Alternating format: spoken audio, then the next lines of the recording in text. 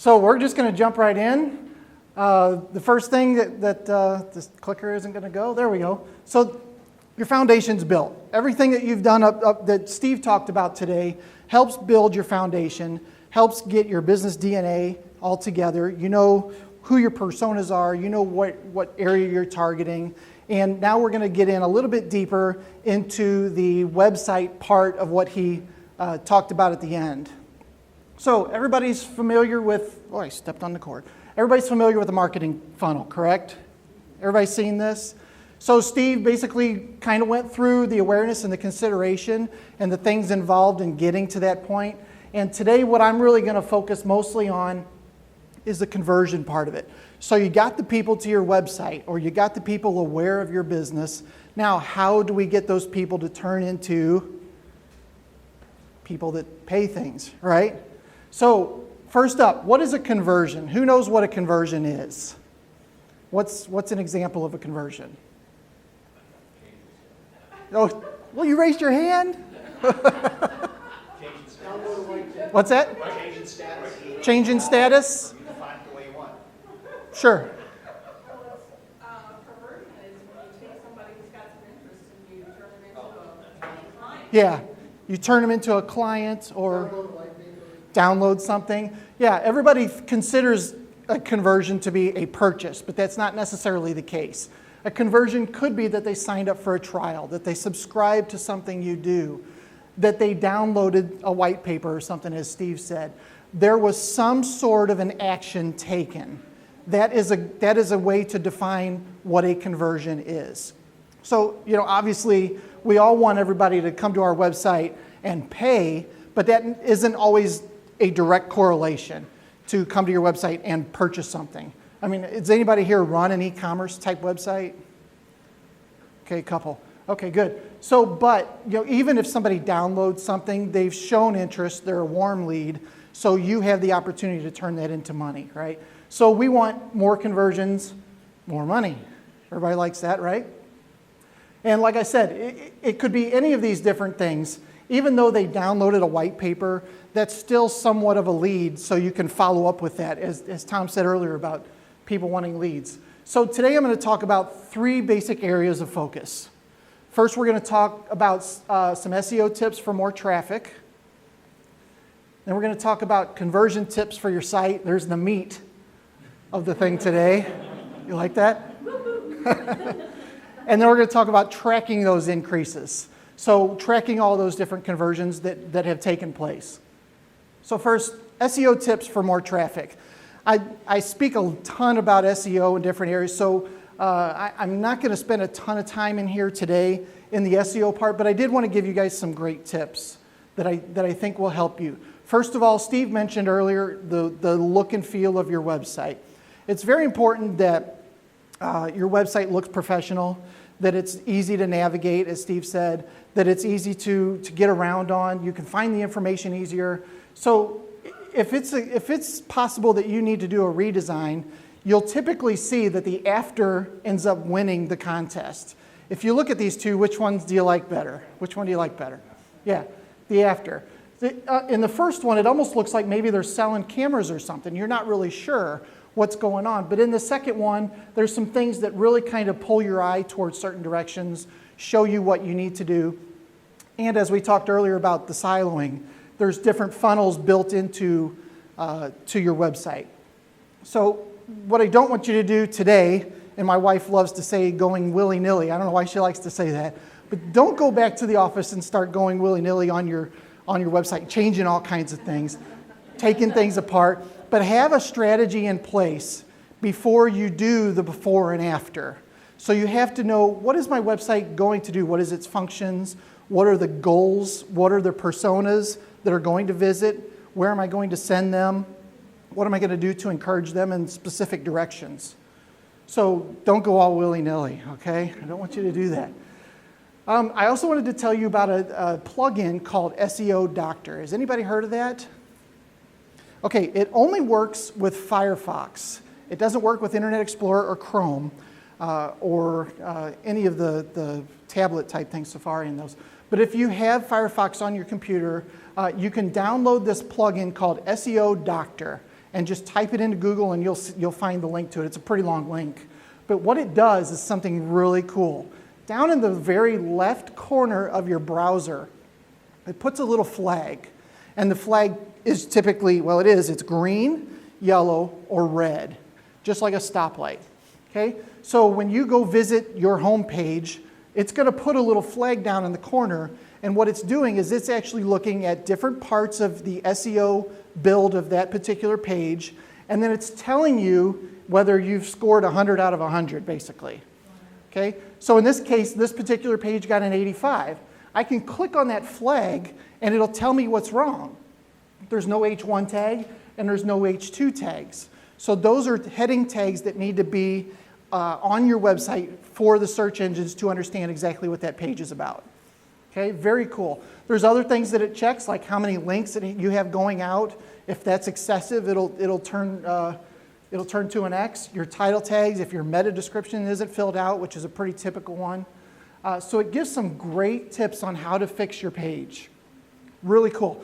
So then what you can do after you go to your home page, go visit some sort of, like your services page, and it'll give you a different score for that particular page as well.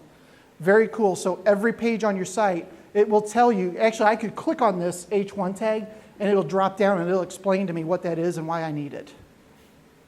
So it's very, very useful. Well, that's kind of basically the same thing as that Yoast that we use for our blog. Yoast is in the back end to fix a lot of these things. Yeah, if you're using a WordPress site, then the Yoast plugin would prompt you to fix a lot of these things when you're writing it, when you're building a page. Yes. Y-O-S-T.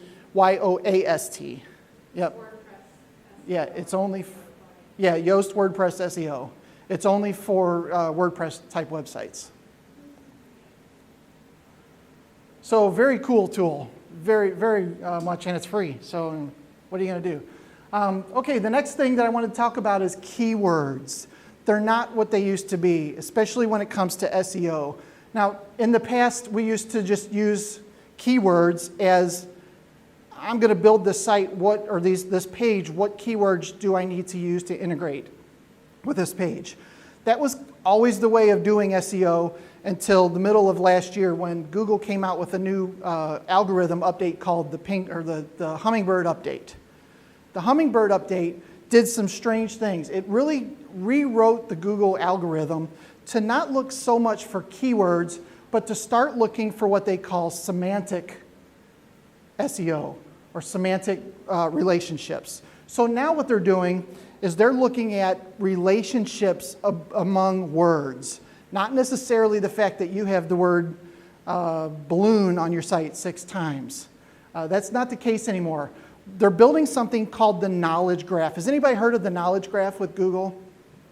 They're building this huge database in the back end where it knows if somebody types in Nobel Prize, it knows that they might also be interested in these other things related to that. And they'll show those things in the results as well. And I'll show you an example in a minute. But first, so let's talk about your website. If your website is about pasta, who likes pasta? I like pasta. I like pasta. So if your website is about pasta, in the past, you would use the word pasta on your site several times. In fact, we used to have a tool called the keyword density tool. And it would start out years ago, you wanted your website to be around 8% keyword density for whatever your keyword phrase is. Over time, that came down to 4%, to 2%, to 1%, to now where it's not part of what you should be doing when you're building a site. But what Google expects to see now when you're writing a blog or something related to pasta is they expect to see words like fork and sauce and cheese and plate. They expect to see those words in there, and they understand the relationship among those words. And they're using that to decide where your website is going to rank, what your website is about, all of these things. So it's not so much just keywords anymore. In fact, I have a staff of writers that write content for a lot of my clients. I don't give them keywords. I give them a topic. And I'll say, go write about 5 steps or 5 great tips about blue widgets or something like that. That's all I'll give them. If I give them a keyword to write about, it's going to sound unnatural. It's going to sound strange. It's going to sound forced, unless they're really good writers, and I don't pay that much for these writers. So here's an example of the knowledge graph in motion. I went into yesterday, I'm a Cardinals fan, so I went in yesterday and typed in Mike Matheny, the skipper for the Cardinals. Now, the first thing that comes up is MikeMatheny.com. He's one of the few managers in baseball that actually has his own blog. He writes a lot of content about coaching, specifically for Little League type coaches, stuff like that, family, how to deal with that. Then there's the Wikipedia, there's some other things. But over on the right, check this out. It gives me a bunch of information about Mike Matheny, where he was born, how old he is, what his weight is, what team he plays for, who's his spouse, education, children's names. And then the knowledge graph part of that goes even further to say people also searched for, and then you got Yachty, Adam Wainwright, Michael Wacha, some of the other players. So Google has become Amazon. Google has become, Amazon in a way, yeah. They're really building this huge knowledge graph about what different things are about. And they're understanding the relationships between all of these different things. So it's not necessarily just keywords, it could be people. If I typed in Will Hanke, and you might want to try this on your own computer, if I type in Will Hanke, it actually does this same thing about me. It pulls information in from LinkedIn, pulls information in from my blog, different places like that, and it will have similar information over here about me, which is kind of freaky, but that's what it does. So what you have to do when you're building content on your site now is get away from the keyword stuffing or even the mindset of I've got to write about a specific keyword, and just use real words. Just use normal language talking. Okay? Number 2, getting more conversions. This is the meat of what I wanted to talk about today. If we get people to the website, then all we have to do is get them to convert, right? Get them to take some sort of action with us. That's where the tough part is, honestly, is getting them to the site. So here's my 4-letter word of the day, blog. A lot of business owners are afraid of this word for various reasons. But what I want to say here is you have to have a website that is consistently growing. It has to be growing. Every time the search engines come back around to your website to index your website, you should have a new piece of content or two for them to digest. Now, that's not always easy because some business owners say, oh, Will, you want me to write an article every week? It's just not what I do. So that's why I have a staff of writers. But it's best if you guys could write your own articles because you understand your business. You hear the clients, you hear your customers, what they're asking, what they're saying. You know what to write about. Now, some people might call this content marketing. Has anybody heard that phrase?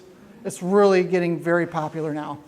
Content marketing. My friend Russ Henneberry is a content marketing guru. That's what he does, is all about content marketing. So this is the new term for it, I guess you could say. But the whole idea of building content is that it attracts visitors. Okay, and that's what we want. We want to build more content, build more information on our site so that it attracts more visitors, and it will do so. Steve had asked me at a meeting we had a month or so ago, I used to rank number 1 for St. Louis SEO. I don't so much anymore, and the reason for that is because I stopped blogging. And he said, well, how are you going to get back to the top? I said, well, the easiest way to get back to the top for that specific search is to start writing content on a very regular basis. And I believe just that one thing will get me back to page 1 and maybe even position 1. It's that important. I know Google used to be all about words. Do photographs count as added content? Photographs typically don't count because all they see is that there's some sort of graphic there. They can't see what those pictures are. All they know is that there's a picture there. Now, there is something called the alt tag or an alternate description, so you can actually describe what this picture is about to the search engines. But they don't take that into, it's not weighted very heavy because I could put picture of Paris Hilton, on all of them and try to rank for that when it's really a picture of a magnet with people stuck to it. So they don't take a whole lot of credit or whatever the word is to the alt tags. This is interesting. When Steve did his presentation earlier, he had the two circles that convene. This is the same thing, just a little bit different. Here's what you want to say. Here's what just Joe is interested in, or Zeke, or whoever it may be. And where those two come together is that's all of a sudden you're relevant, or you are answering that question. And that's the sweet spot when it comes to internet marketing or content marketing. So everything you want to say isn't going to resonate with every single person, but if you've said the right thing that this guy's interested in, then suddenly you are the subject matter expert about that specific topic. Say no to the FAQ. How many people have an FAQ on their website? Nobody. Oh, that's great. That's terrific. FAQs was a big thing 5-10 years ago. Frequently asked questions. Here's the things that people always ask us. If you had that or you have that list, take each one of those and turn them into their own piece of content. Answer those questions individually in different pages. Especially if you have a WordPress type website, there are ways to link those together. So if typically a person has question number 1 and it leads to question number 2, then you answer that question in a way that links over to the second question. In the past, people would just put these all on one long page, and that's not the case, but I'm glad you guys aren't doing that. That's terrific. Also, give your content a makeover. It's very possible that the content that's on your website just needs to be rewritten. I'll say that again. It's very possible that the content that's on your website just needs to be rewritten. I have a client who is a printer, and he had his website built probably 6 or 7 years ago. He has quite a few products. He has some different services, different things on there. And he actually hired a copywriter to go in and rebuild every single page on his website. And the traffic is spiking like crazy because of that. So as we put up new pages that explain the products better, explain the printing process, all these different things, his website is just climbing the rankings because the content he already had has been redone better. Well, Yes? how often should you visit your content?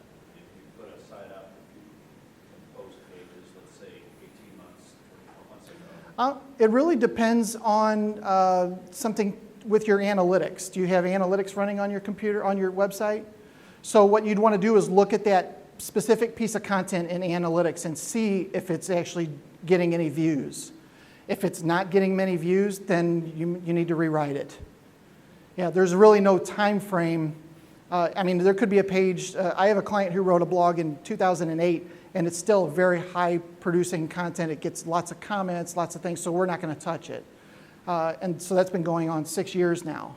But there's other pieces of content that he could rank better for and he could rewrite, and we're visiting those things to rewrite it. Good question. Okay, next, your thank you page. This one and the About Us page, which we're going to talk about in a minute. These two pages on your website are by far the biggest things that you can do to fix your website, especially when it comes to conversions. So let's say somebody actually came to your website and downloaded a white paper. Okay? They downloaded the white paper, you put them in your system, whether it was probably Market Volt, I would assume, and then came back and you give them some sort of a thank you page. Okay? This one is thanks sign boring. It's just boring. Hey, thanks for signing up. You know, we'll send you some stuff when we get to the next newsletter. Okay? Now, think about it for a minute. The thank you page is a page that everybody that has converted is seeing. They're already warm. They're already some sort of a warm lead. So to give them this is you're missing something really big. So here's one from Social Media Examiner. This is their sign up or their thank you page. Hey, thanks for signing up. You'll be getting our content updates pretty soon. You might also want to check out our social media marketing podcast, join our free networking clubs. I mean, this is a home run. This is a great way to keep those people on your site versus, hey, thanks for signing up. Go back to Google and find something else, right? So, which is what most people would do. Okay, I hit the thank you page, I'm done. This keeps people on their site even longer, builds their brand, builds their brand exposure to the same people and just solidifies them even more as the experts in their industry. And I also mentioned the About Us page. How many of you have a dull About Us page? It's probably pretty boring, right? That's pretty normal. The problem is, around 30% of visitors that visit your website will go to your About Us page at some time during their visit. Now, why are they going to do that? Who knows? They want to know more about you. They want to know more about you. They want to know if it's a legit company. They want to know if they should do business with this company or not, right? Now, this number is actually higher when it gets into e-commerce because that is part of their purchasing decision. Do I trust this company enough to purchase something for them, give them my credit card? Your About Us page could be the deal breaker. So you need to have something good. So what I like to do is on your About Us page, tell your story. How did your business get started? What is special about it? What makes it different? I just rebranded to something called Red Canoe Media. The reason I did that is because I really enjoy floating and going on float trips. So it fits with my persona, it fits with who I am, and it's part of what I do. So the rebrand fits, and that would be a story I would tell. So if I put this on my About Me page, Will Guy is this guy that lives in Arnold and does internet marketing stuff. Not too exciting, not very exciting. But if I just changed it a little bit and put Will Hanke once pulled a worldwide prank on his mom that led him to his current career in internet marketing, you're interested, right? You want to know what the heck I did? Well, I'll save that for another day. But that's, yeah. This is what I did. This is part of my story about how I even got into SEO in the first place. I was just fixing copier machines at a place when I stumbled. I had this great idea on how to prank my mom online, and it turned into the current career that I have now. So pretty interesting stuff, and that would be something that would tell a story to people that are visiting my website, and they'd be more likely to hang around. Okay, you guys all want to know what it was, don't you? Okay, let's move on.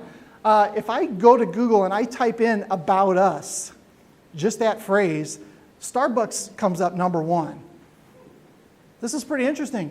Their About Us page, well, I'll just read it to you real quick. It happens millions of times each week. A customer receives a drink from a Starbucks barista, but each interaction is unique. They go on to talk about the connection that is made between their product and their customer. Now, obviously, it's a little bit of marketing speak in a way that they're making this relationship, but what they're doing is they're telling their story in a very different way. This is not a page that says we started in Seattle and now we have blah, blah locations, okay? It's much more interesting than that, and there's probably a reason why they rank at the top just because of that. It's very interesting. So the other thing that I want to talk about, when you're building your About Us page or your what was the other one? Now I forgot. When you're doing those, use different trust factors on your site. Trust factors are different things that when people see these symbols or these things, they know that they can probably trust this particular business. The BBB is a big one if you're in that. But there's other ones like authorized.net, PayPal verified.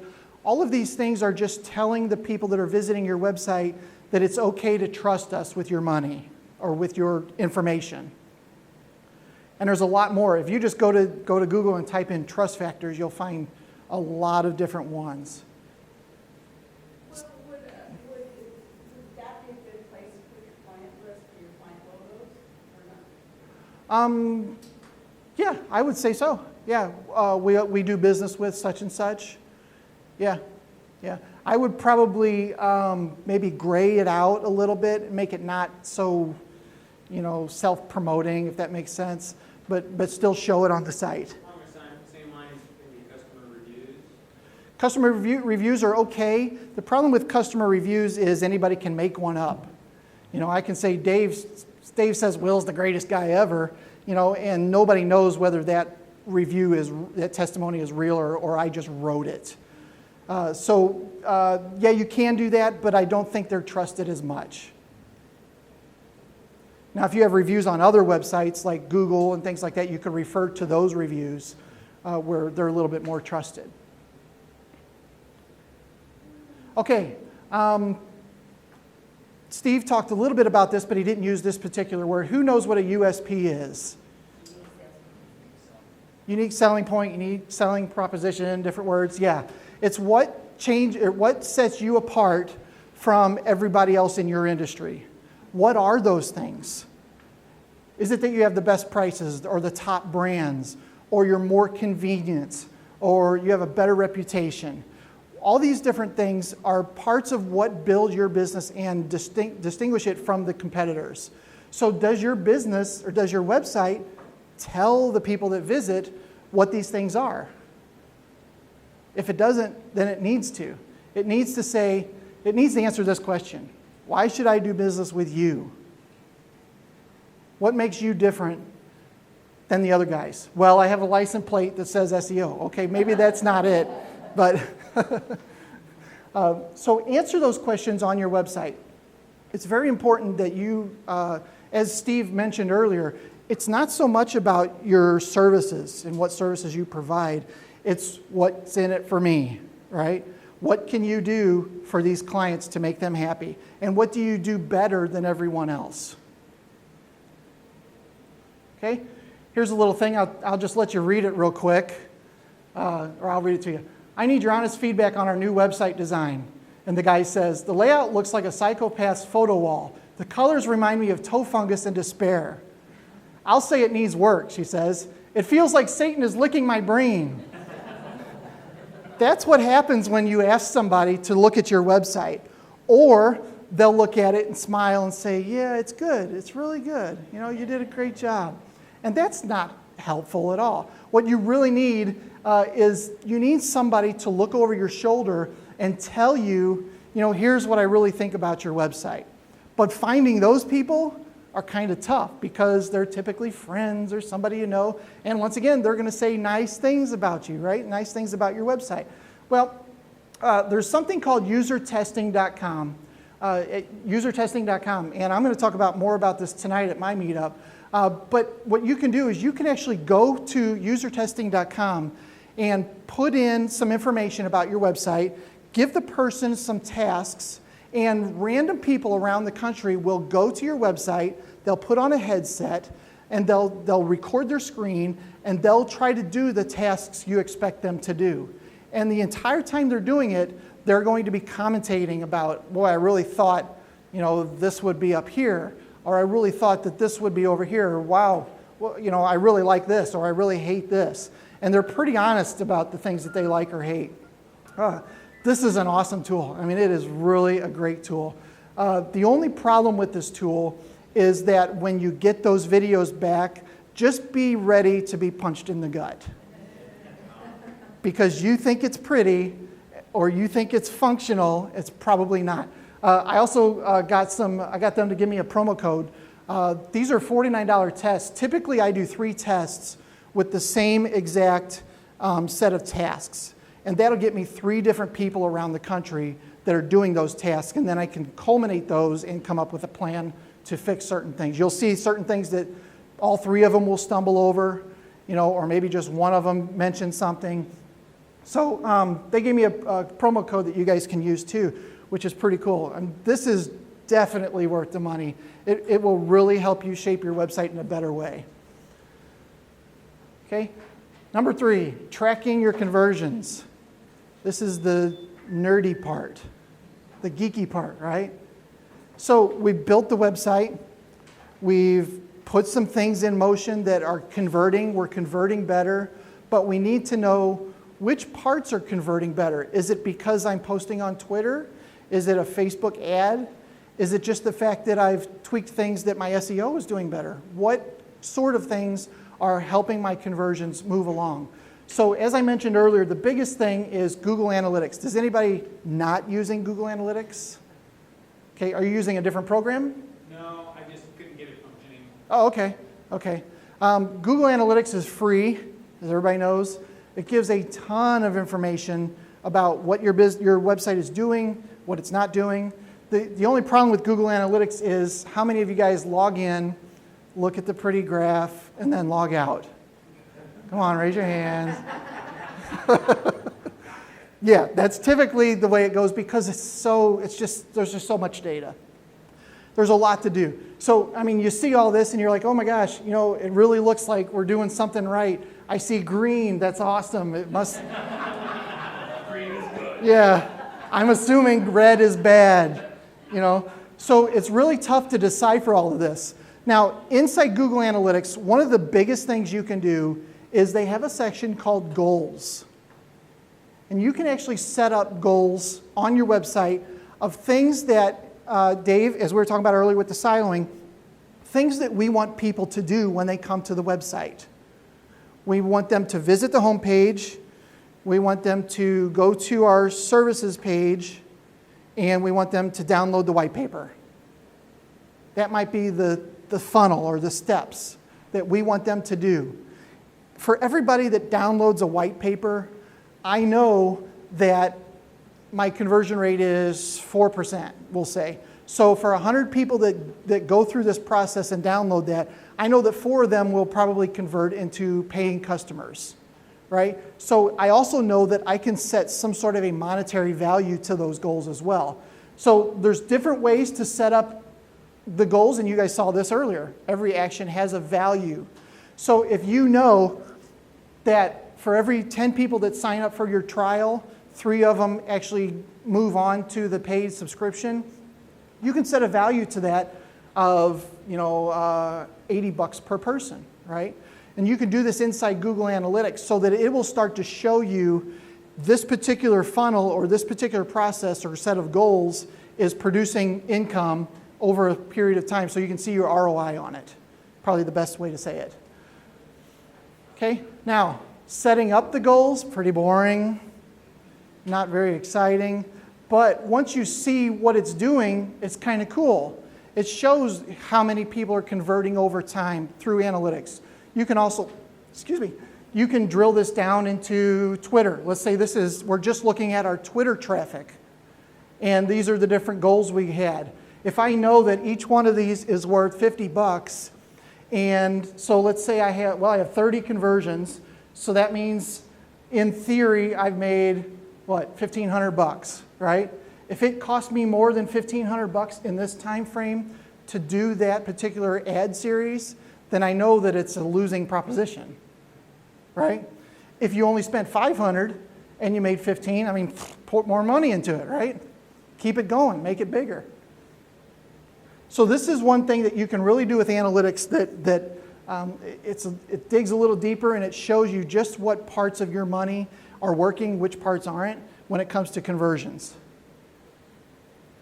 Now, as I said, you can assign a monetary value to each of these goals, and then you can segment them out into, you can't see the rest of the screen here, but let's say this is Twitter, Facebook, organic, something like that. You can see which of these are producing, what the conversion rate is. So here's a 3% conversion rate, that's pretty good. Here's one that's 0.03%. That's not real great. That traffic is not really valuable. It's what it generated you $4. Probably cost you more than that to get it, right? So don't put any more money into that. But it's definitely something that you can see behind the scenes to understand what's going on with your website further than just logging in, looking at the pretty pictures, and logging out.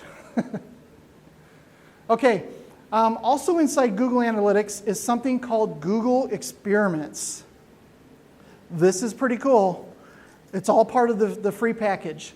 What Google Experiments lets you do is test 2 different versions of a page on your website. So if you know that people are going to go to the home page, then they're going to go to the services page, and then you have some sort of a call to action, whether it's download our white paper or subscribe, whatever it happens to be. You can build 2 different versions of that same page and then tell Google the link to each of those pages, and what Google will automatically do for you is send 50% of the traffic to each of those versions. Okay? Now, what they're going to do is they're going to start watching your conversion rates that you set up. Okay? So they know that version A which was your old content, for example. Here's your new content, 25% conversion rate. Guess which the winner is? And it may be that your old version was better. Okay, they already have that data. But they will send 50% to each of these and they will tell you who the winner is or has more conversions. Now this is the pretty chart that it looks like. In this particular case, it's somewhat fictional. They have Bugs, Elmer, Roadrunner, Wiley, and Daffy. Okay? And the winner, of course, is the Roadrunner, right? If it said Wile E. Coyote, we'd know this was bogus data. So we can see that over time, the most conversions came from the Roadrunner page. In fact, 28.5% better, it performed 28.5% better than the original page when it came to conversions. All this is free inside Google Analytics. It takes a little time to build the second page. So typically what I would do, and I'll go back here, when I do an A/B test, I change one thing. And that could be that I just changed the color of the call to action button from orange to blue. It could be that I just changed the button altogether from an arrow to a guy or something. It could be anything. But you only typically change one thing and do your A/B test. If you change more than one thing, then you're not going to know which of those things actually made that conversion rate go up. So if there's a couple things you want to change on a page, do them one at a time. Take that winner, move him over to A, and put the B up again, and test that other thing. So over time, you can really have some very optimized pages on your website. So what would be a good length of time? This runs for, I think, 30 days minimum. This says 6 days of data, but this is bogus. But typically 30 days. And that really depends on how much traffic your website is getting too. If you're getting 5 visitors a day, only one of them might actually go through this silo. So it's going to take a while before you can really determine a winner. If you have 1,000 visitors a day, you're going to get it in 6 days worth of data. You're going to start seeing who the clear winner is. Okay, but they run the test for 30 days. You can turn it off anytime during that, but typically that's what they want you to run as a minimum. Okay, that gets you through weekends. A lot of websites are like that on the weekends, and then up during the week. Okay, does that answer your question? Okay, lastly, do it again. So after you've done your A/B testing, start over, do another page, take a different page on your website, do the A/B testing on that. Over time, your website is really going to start being this engine, that really churns out some leads for you. So rinse and repeat. So, okay, who has questions?